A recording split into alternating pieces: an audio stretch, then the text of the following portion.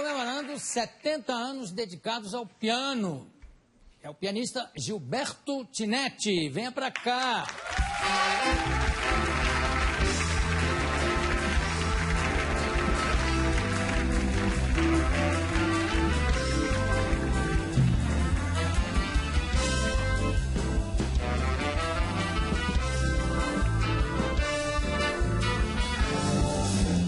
Gilberto, tudo bom, querido? Tudo ótimo. Você começou a tocar com que idade? Olha, eu ouvia muito piano na minha mãe, ela tocava lá em casa e tudo, né? E quando eu tinha perto dos 10 anos eu comecei. Aos 10 anos eu comecei a ter aula mesmo, né? Eu morava ali na rua Padre João Manuel, ali no Sei. sabe onde é? Sei, onde é. Isso. Eu tinha nascido na rua Doc Lobo, ali pertinho. Também né? ali perto. É, tudo por ali. E ali perto da minha casa tinha muita gente que estudava piano clássico, e eu ouvia aquele negócio. Depois tinha um grande professor chamado Agostinho Cantu, que tinha uma casa ali quase de frente da minha, e ele promovia umas audições, assim. Eu ia para o portão, né, com 10 anos, ficava aí, bobo de ouvir aquelas coisas bonitas, até que um dia passou uma senhora e falou: você gosta muito de piano? Eu falei: eu gosto, estou estudando aqui e tudo. Ela disse: eu te levo, a próxima semana eu te levo lá na audição, você não quer ir? Eu quero ir. E cheguei lá, o professor tinha um órgão de tubos, tinha 2 pianos de cauda inteira, sabe? Eu fiquei assim, né? Fascinado. Fascinado. E a sua mãe já era pianista profissional, não? Não, ela tocava um bocadinho só, assim, não era nada especial, mas eu gostava. Como é que surgiu a oportunidade de tocar com a Madalena Tagliaferro? Bom, eu tive uns 2 professores, uma professora que ia lá em casa, que me deu o início, que ela tinha uma escola muito boa e tudo, eu fui aluno dela há vários anos, uns 3 ou 4 anos. Depois, aí eu fui estudar com um professor alemão, Hans Bruch, e ele me deu Isso aqui em São Paulo? Aqui em São Paulo ainda, uma base musical muito boa.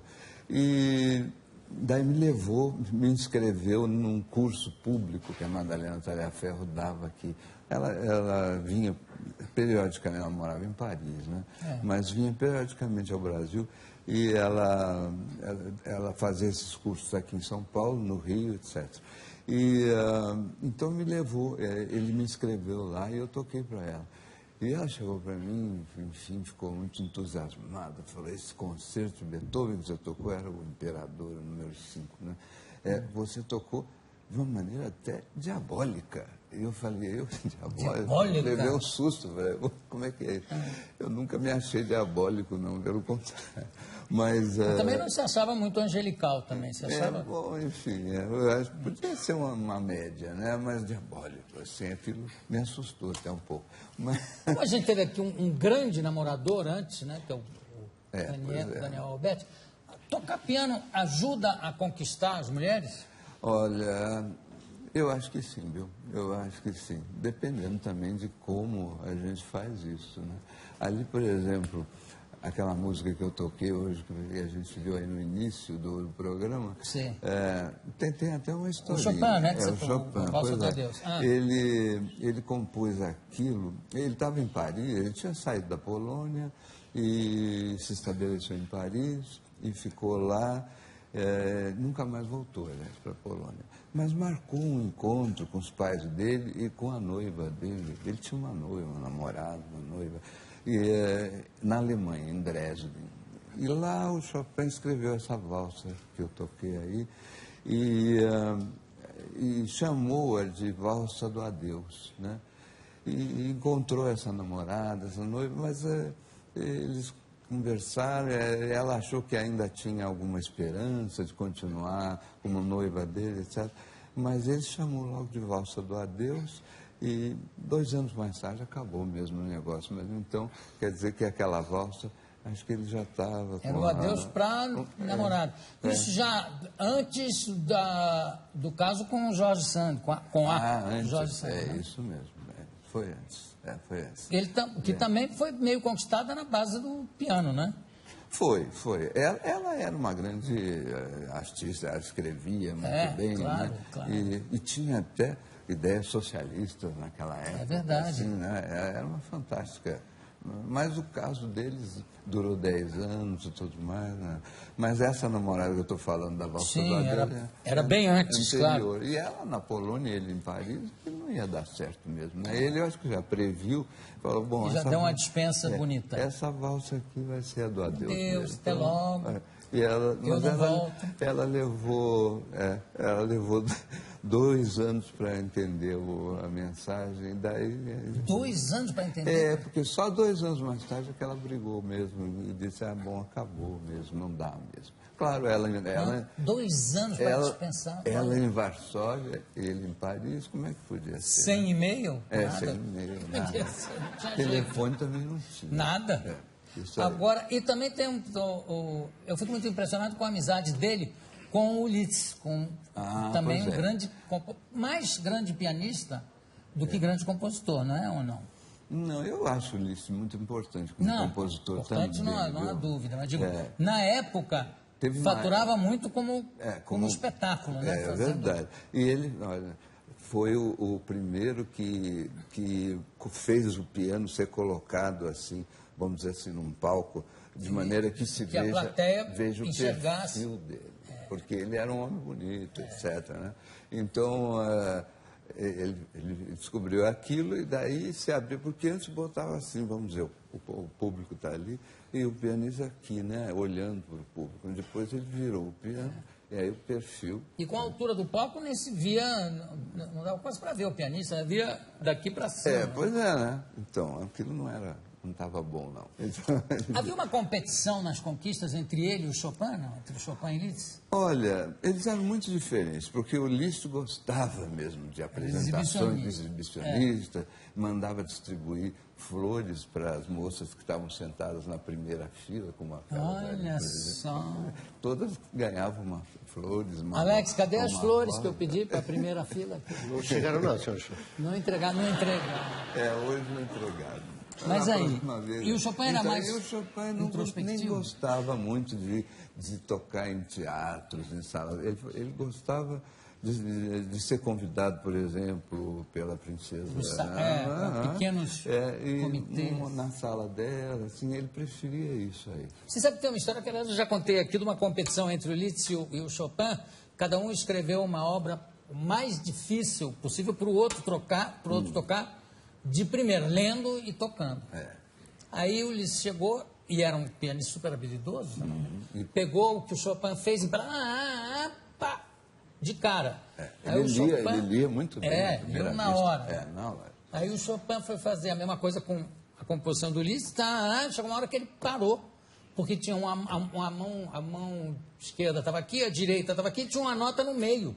Aí ele falou, você errou, isso aqui não dá para tocar. Ele falou, dá. Sentou e com o nariz para fora. Dá uma ideia do que era exibicionista ele. Né? É verdade. Mas, enfim, as coisas... o Chopin tinha uma saúde muito frágil, né? Morreu de tuberculose. etc. Aliás, tem um filme do Cornel Wilde, não sei se você viu, a vida... À noite sonhamos. À noite, e tem uma cena terrível que é ele tocando e de repente começa a pingar gota de sangue no teclado. Terrível. Temos uma pergunta aqui do meu querido amigo e maestro João Carlos Martins para você. Vamos lá.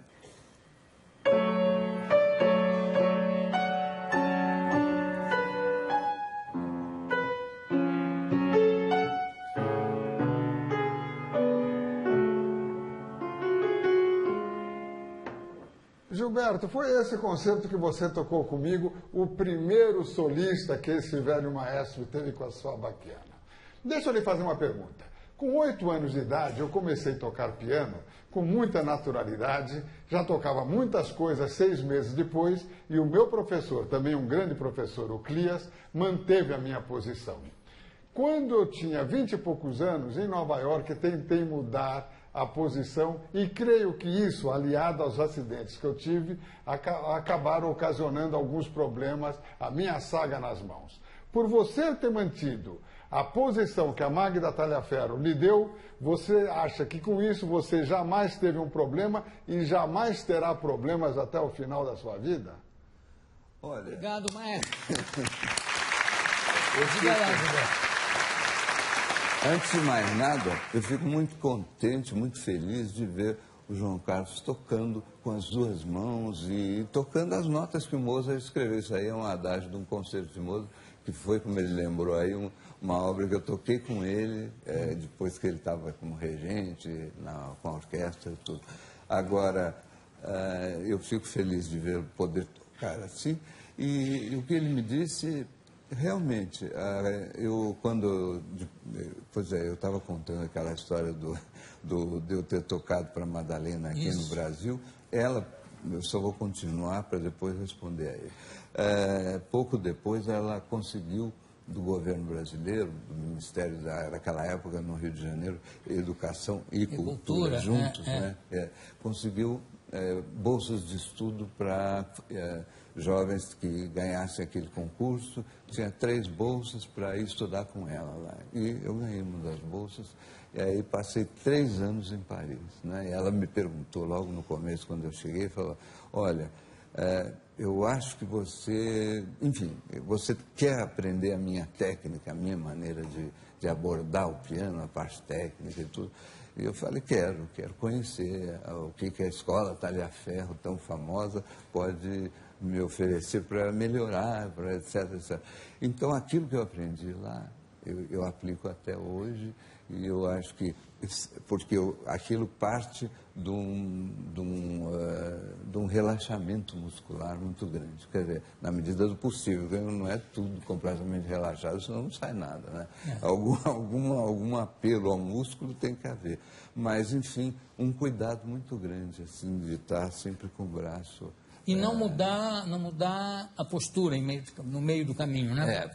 Pois é. Então, eu respondo ao João Carlos que aquilo foi decisivo para mim mesmo, porque quando eu fui para lá, eu sentia mesmo que eu estava o braço um pouquinho preso, essas coisas. E lá eu aprendi com essa escola que a Talhaferro tinha bolado e tudo mais. E depois vinha toda uma tradição, né? Ela tinha sido aluna do Cortot, que por sua vez também, enfim, toda uma tradição. Toda uma história. Toda uma história que ela passou para mim e que eu procurei passar, porque eu também fui professor aqui da USP, da Escola Livre de Música, e como você disse, são 70 anos, eu acabei de fazer 80 agora, né, de vida. Parabéns. Diga assim, não parece. Mas não parece mesmo. O Gilberto tem um programa na Rádio Cultura, chama-se Pianíssimo, diariamente às 14 horas e às 2 da manhã. É isso? É isso mesmo, para quem estiver acordado. Eu, por exemplo. Então, muito obrigado pela sua presença, Gilberto Tinetti. Daqui a pouco a gente volta. Seja um apoiador do canal fazendo uma doação através do Pix ou PayPal. Boa noite, obrigado e um beijo do gordo.